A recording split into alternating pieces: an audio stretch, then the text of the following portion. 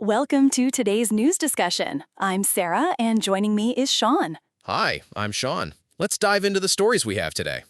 The Health Ministry has announced that cough syrups will now require a doctor's prescription for purchase, effectively ending their over-the-counter sales. That's a significant change. What prompted this decision, according to the reports? The move comes months after a tragic incident in Madhya Pradesh's Chinwara district, where at least 22 children died after consuming contaminated cough syrups. Oh, that's a horrific incident. So this decision is a direct response to that tragedy? Yes, it appears so. The ministry is trying to prevent such incidents in the future by ensuring that cough syrups are not sold without a prescription. That makes sense. Are other forms of cough medicines, like lozenges and pills, affected by this new rule? No, according to the reports, lozenges and pills continue to be available over the counter. Only syrups, including cough syrups, now require a prescription.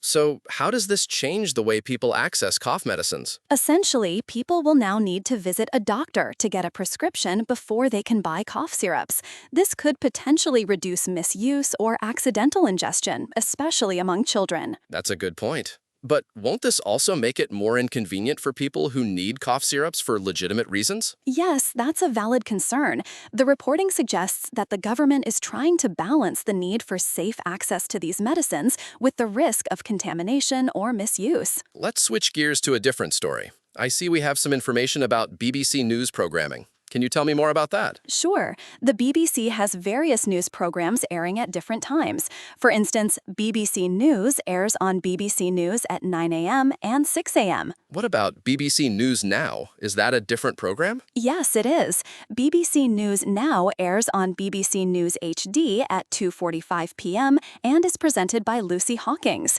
It's described as covering all the big stories live as they happen. That sounds like a comprehensive coverage. Are there other similar programs mentioned? Yes, there's also The World Today, which airs on BBC News HD at 7 p.m. and on BBC News at 7:30 p.m. It's described as showcasing the best of the BBC's journalism from around the world. So it seems like the BBC has a robust news schedule.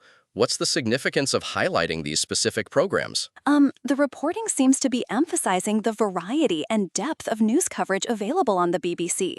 By listing these programs, they're showing that there's a range of news content available at different times. That makes sense. It's good to know that there are multiple options for viewers who want to stay informed. Exactly. And it's worth noting that these programs are likely to cover a wide range of topics, including the Health Ministry's decision on cough syrups. That's true.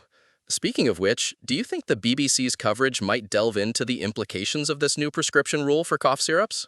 That's a good point. It's likely that the BBC will cover the story and explore its various angles, including the potential impact on public health and the convenience factor for consumers. Let's go back to the World Today program for a moment. Since it airs on both BBC News and BBC News HD, it must be a significant program. Yes, it is.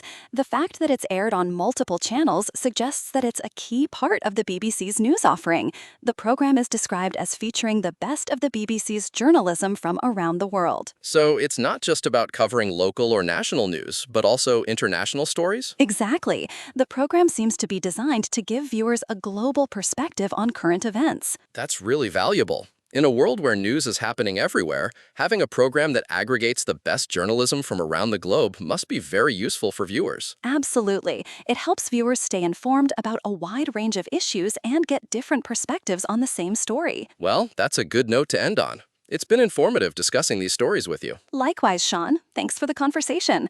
That's all for today. Goodbye and see you later.